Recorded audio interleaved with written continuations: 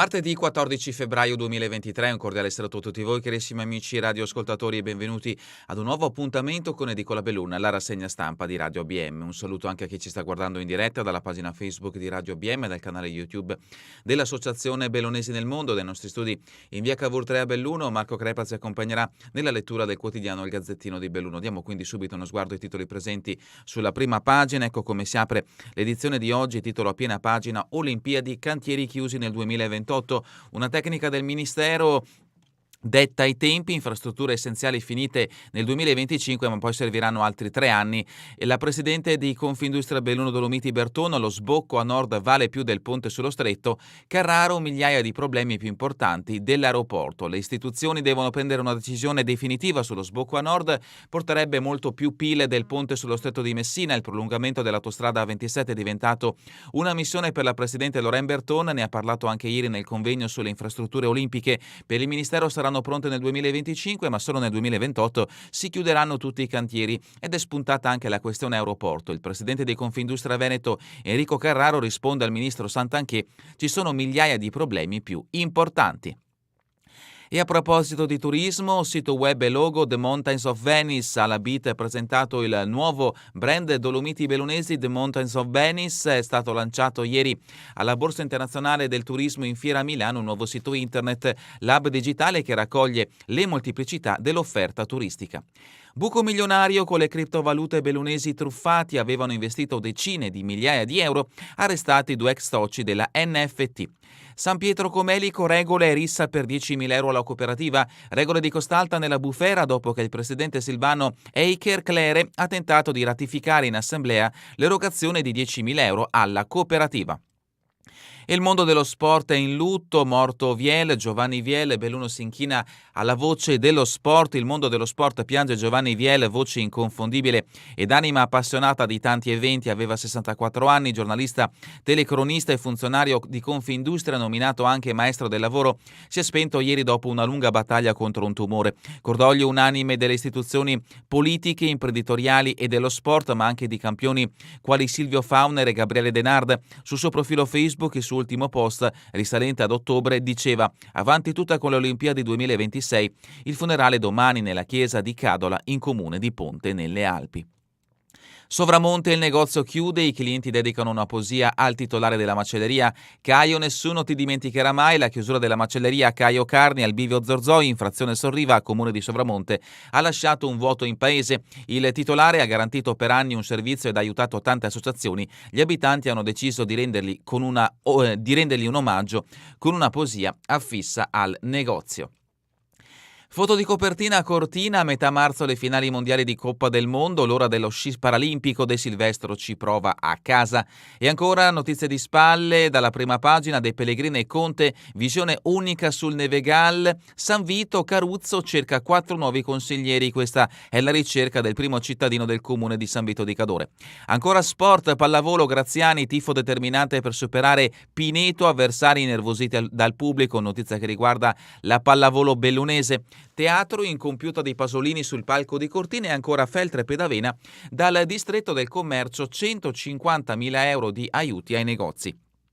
Addentriamoci quindi all'interno di questa edizione del Gazzettino di Belluno. In primo piano la notizia che riguarda le Olimpiadi di Milano Cortina 2026, questo il titolo: opere essenziali nel 2025, tutto finito solo nel 2028, 2 anni quindi dopo le Olimpiadi. Da un ingegnere del Ministero il cronoprogramma dei lavori per i giochi. Confindustria, la presidente Berton: non possiamo commettere errori, le poste in gioco ammontano a 2,7 miliardi che sono in corso di aggiornamento per i rincari. Si è parlato anche delle varianti di Longarone e Cortina, una priorità la vicepresidente Elisa De Berti: le abbiamo pretese da ANAS e non possiamo trovarci con i cantieri ancora aperti. Dal punto di vista infrastrutturale e da quello dell'accessibilità, questa provincia ha molte criticità, ha detto ieri in Confindustria la vicepresidente della regione Elisa De Berti, non solo da fuori provincia ma anche per gli spostamenti interni. Quando vennero attribuite le Olimpiadi, al di là delle opere sportive legate all'evento, ci siamo trovati ad affrontare le opere utili per questo territorio provinciale. E l'esponente di giunta regionale che ha le deleghe per infrastrutture ha sottolineato: noi per l'appuntamento del 2026 abbiamo bisogno che la variante di Longarone e quella di Cortina vengano fatte assieme alle opere strategiche per questo territorio e staremo a vedere se dalle parole si passerà ai fatti. A proposito di promozione del territorio bellunese, un logo unico per le Dolomiti, il territorio bellunese è casa. Debutto ieri alla Borsa del Turismo di Milano del brand e del sito internet The Mountains of Venice con l'assessore Canere e il consigliere De Toni che vediamo in questo scatto, la presentazione appunto ieri a Milano. Alla BIT è presentato il nuovo brand Dolomiti Bellunesi The Mountains of Venice, è stato lanciato ieri alla Borsa Internazionale del Turismo, all'Allianz Mico in Fiera Milano, il nuovo sito internet, l'hub digitale che raccoglie le molteplicità dell'offerta turistica. Il lancio con il consigliere provinciale delegato al turismo Danilo De Toni che ha detto: il territorio bellunese è casa culturale, autentico, spettacolare e avventuroso. Un acronimo ma anche un obiettivo per accogliere i turisti e i visitatori, ma potenzialmente anche per far diventare le Dolomiti Bellunesi la casa di nuovi residenti e nuove imprese. Poi il controconvegno sono costi insostenibili, tradito il dossier iniziale, altro richiamo che riguarda invece il convegno organizzato da Confindustria Belluno Dolomiti in vista delle Olimpiadi 2026. Nel pomeriggio in Sala Bianchi è arrivata la staffetta delle Alpi che chiede trasparenza. Ma andiamo avanti con le notizie che riguardano il territorio bellunese. Risparmiatori criptotruffati arrestati a Dubai 2 dei 3 soci. Anche i bellunesi finiti nella trappola dei facili guadagni, i soldi sono spariti. Martedì grasso con la pedonata in maschera, appuntamento nel capoluogo, pomeriggio di eventi e finale sul ghiaccio. Sarà per tutte le età l'appuntamento quindi dalle 14.30 in Piazza Martiri per la prossima domenica. E adesso il lutto per la scomparsa di Giovanni Viel, eri la voce dello sport, addio Giovanni, questo è il titolo a piena pagina. Viel ucciso da un tumore, aveva 64 anni, è stato giornalista e rappresentante Fisi, su le telecronache dei grandi eventi, tra le decine di messaggi di cordoglio quello di Confindustria di cui fu un funzionario, un ambasciatore della montagna. Il mondo dello sport piange Giovanni Viel, voce inconfondibile d'anima appassionata e competente di centinaia di manifestazioni, l'uomo che ha legato le sue telecronache ai momenti più memorabili dello sport bellunese nello sci di fondo e nell'atletica in particolare. Viel che lascia la moglie Donatella Brida e la figlia Cecilia, oltre alla mamma e a una sorella, si è spento a soli 64 anni, vinto alla fine da un male contro il quale aveva lottato a lungo. Le esequie avranno luogo domani alle 15 nella chiesa arcipretale di Cadola di Ponte nelle Alpi, di cui la salma proseguirà per la cremazione. La famiglia ha chiesto che quanto sarà raccolto durante il funerale sia destinato allo IOV, ovvero all'Istituto Oncologico Veneto di Padova. Aperto il dialogo pianura-montagna, visione unica sul ruolo del Nevegale, il sindaco De Pellegrini ieri è sceso a Treviso, pronti a fare sinergia con il comune, in questo caso di Treviso. Feltre dal distretto 150.000 euro per i negozi di vicinato, sala piena ieri a Padavena all'incontro sulle opportunità per il commercio, i contributi per le attività potranno essere usati per ammodernare i locali. Ancora da Feltre, Ampi, 88 iscritti ma una raffica di iniziative, l'associazione ha proposto un busto in piazzale Zancanaro e sempre da Feltre, studenti verso il diploma, in aula testimonianze dei giovani lavoratori. L'iniziativa è partita al Canossiano e al Dal Piaz, futuro non ti temo.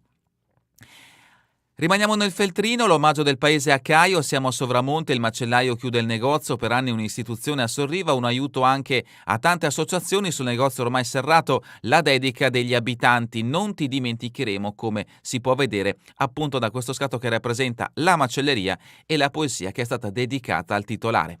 Nuoto, corsi gratis per le scuole, 670 in acqua, riparte dopo lo stop della pandemia l'attività in piscina che riguarda il territorio del comune di Santa Giustina. Per quanto riguarda l'amministrazione comunale di Feltre, Matteo Tittone entra in consiglio, domani la seduta con diversi punti all'ordine del giorno. Siamo a Sedico, riparte il centro del riuso per ridare vita ai computer, l'impegno di Fab Lab e Luganega, supportati da Valpe Ambiente Comune, a nuovo PC, stampanti e periferiche saranno poi donati a chi ne ha bisogno. Al Pago, cimiteri più ampi, lavori entro l'anno a Farra e Cornei, l'assessore Dazzi illustra gli investimenti previsti dal comune. Passiamo adesso a Cortina, Conca e Ridata, si rialza il sipario, prosegue il calendario di competizioni mondiali sulle piste ampezzane, tra un mese in Tofana tocca lo sci paralimpico. L'evento presentato ufficialmente a Milano, mentre in paese fervono i preparativi per la prova generale in vista dei giochi. San Vito, dimissioni protocollate, ora si volta pagina. La crisi partita da tempo in seno alla maggioranza in Consiglio a San Vito ieri ha vissuto l'atto finale. Sono state protocollate le dimissioni annunciate al termine dell'ultima assemblea. I consiglieri che in ottobre avevano già dato le dimissioni dalle cariche hanno lasciato definitivamente l'amministrazione. Alle 12 la consegna delle lettere di Alfonso Sidro, vice sindaco fino a metà ottobre, Diego Belli, già assessore al bilancio, Chiara De Vido, già consigliere con delega al sociale, e Giovanni Cautiero, già capogruppo di maggioranza. Sempre da Cortina, Montessori, Gasparini è la nuova presidente, la vediamo in questo scatto. Continuiamo con il Comelico, Caparra contesa, regola nella bufera. L'assemblea dell'ente critica le scelte del responsabile di anticipare 10.000 euro per l'acquisto della cooperativa. I soci chiedono la restituzione della somma già erogata. Il punto viene cancellato dall'ordine del giorno e rinviato. È crisi nella regola di Costalta. L'assemblea generale dei regolieri tenutasi domenica, a cui hanno partecipato 130 persone, ha più volte contestato in diversi punti all'ordine del giorno il presidente Silvano Eicher Clere, costringendolo a ripetere votazioni, spostare punti del dibattito, addirittura togliere dall'ordine del giorno la voce più importante, cioè la vendita dell'edificio della cooperativa di consumo di Costalta alla regola. A metà del guado il presidente Silvano Eicher Clere, che è anche segretario della stessa cooperativa, e lo vediamo in questo scatto. Sempre dal Comelico, carosello verso la pusteria, la precedenza all'ambiente. L'obiettivo del progetto è ottenere l'equilibrio tra le emissioni e l'assorbimento di carbonio. Ancora dal Comelico, caldo ghiaccio sottile neve farinosa, rinviata la gara di auto in Valvisdente, e da Cortina perde il controllo, si schianta sul semaforo, ferito fortunatamente però senza nessuna vittima. Passiamo allo sport bellunese, pallavolo, la vittoria contro Pineto, merito del nostro pubblico. Graziani ricostruisce il successo ottenuto in casa con la vice capolista del girone e ringrazia i tifosi. Si consolida il legame tra squadra e appassionati, hanno contribuito ad innervosire gli avversari. Polo, Fiammes al via il challenge, da domani la sfida a 6. E per quanto riguarda l'agenda del Gazzettino, sabato la rappresentazione di Cortina Teatro in Sala Girardi è un testo incompiuto che fu commissionato dalla Biennale. Vivo e coscienza sul palco Pasolini. E con questa notizia è davvero tutto per l'edizione di oggi di Edicola Belluna. Vi ricordo che torneremo in replica questa sera via streaming alle 20, domani mattina all'1, ora locale italiana. A voi tutti un buon proseguimento di giornata in compagnia come sempre di Radio ABM, la web radio dell'Associazione Bellunesi nel Mondo.